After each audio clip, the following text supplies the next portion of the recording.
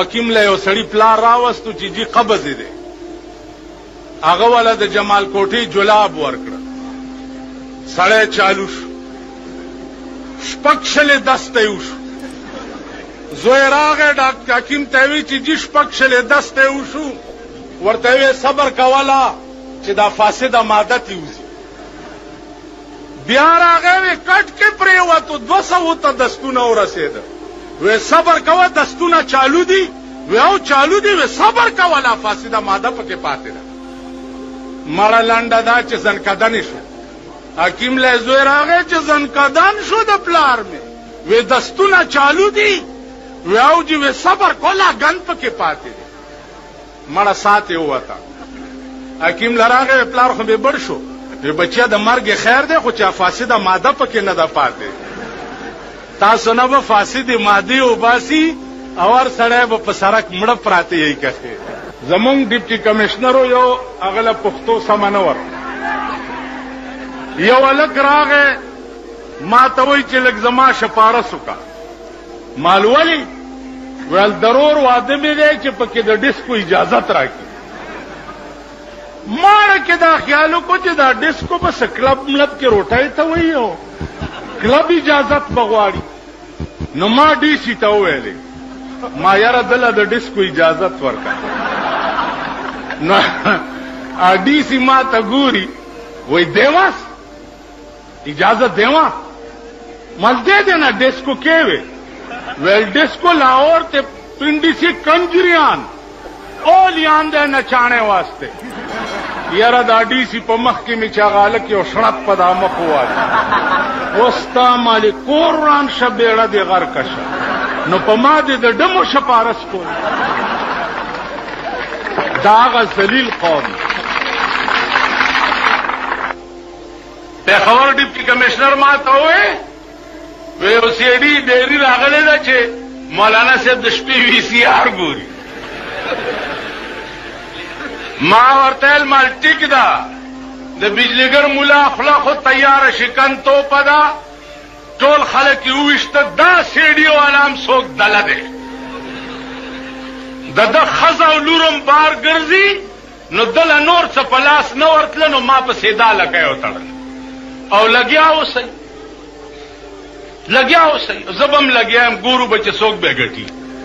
په دې ښار کې یو بخاري ورته وایي یو ښځه ده زما خلاف بیان ورکړی و چې بجلیګر ملا د ښځو حق نه مني مال مونږ خو ټول حقوق منلي یو پاتې دی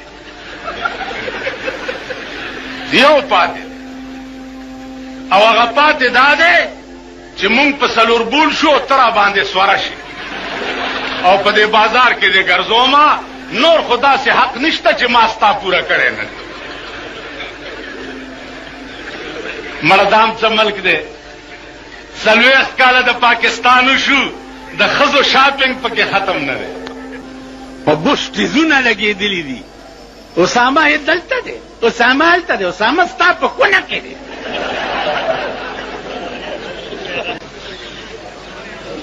کابل کې وګوره کرکرځی استاد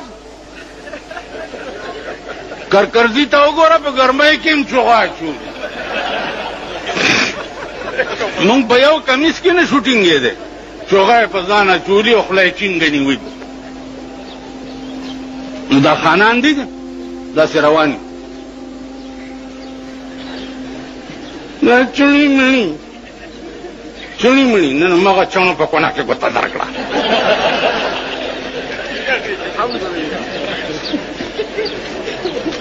چڼي مڼي یعنی د انګریزۍ سبق چې وایي نو هغه خو سټوډنټ دي ځکه چې پتلونې اچولې ټایي تړلي سټوډنټ دی او ما چې قرآن په ترخ کې نیولی دی او جومات مدرسې ته روان یم نو زه چڼی مڼی شو وایي ورته که نه وایي دی چڼي مڼي نو دغه چڼی چې در کې ګوته ونه وایي قبر ته تلی شي تاسو له خو د مړي لمبه هم نه درځي لندن کې نه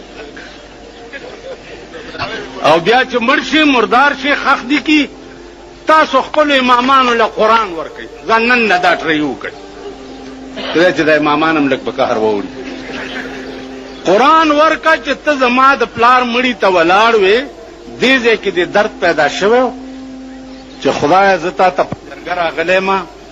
او منت درته کوم چې دا مخکې پروت دی نو ویې بخه دا د چا خیال کې راغلي دي خو به څه چلو کړي الله اکبر الله اکبر الله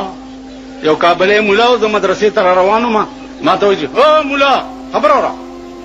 مال مدرسې ته ځم ناوخته دی ویل خبره وره بیختي وځه مال نه اورم ستا خبرې تا د اجړا جنازه کړې ویل خبره خو واوره که نه تا ما پسې پراپیګنډه کړې چې کابل مولا د اجړا جنازه کړې مالا ویل ما څنګه جنازه کړې چې غوږونو ته مې ګوتې کړې ومې وې چې یو من بوس او پاروا د دې دوس الله اکبر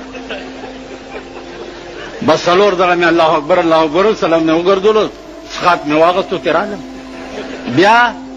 دا تاسو چې ورته چڼي بڼي وایي تاسو جومات ته رانه شئ ملا او ملا یو څلور منډواڼې مونږ کور کې راغلی دي څلور منډواڼې څه کړی دي ختم شریف کړی دي نه مونږ پلار نه دي مړ همدغه چڼي باندې پلار په قبر کې هم دغه کې همدغه چڼی درته ګوتم وایي پاکۍ دی او ګنده سنبی خو نه شي بوتلی قبر ته نو مونږ چڼي مڼي شو او ته خان شوې تماشې له خو نه یې راغلي او نه بایسکوپ له راغلي یې ولاړې ولاړ به یې که ناستې ناست به یې که کړت هم واورېدو نو بمباري به در باندې د پاس نه وکړم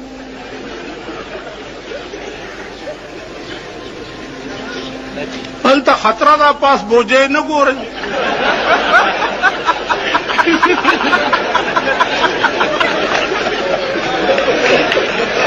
حالات ښه نه دي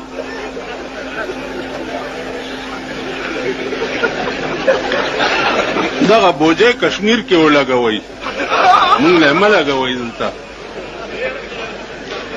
مونږ د خپل ژوند په تلي کې ایښی دی الله دې وکړي چې د حسین مرګ ماته نصیب شي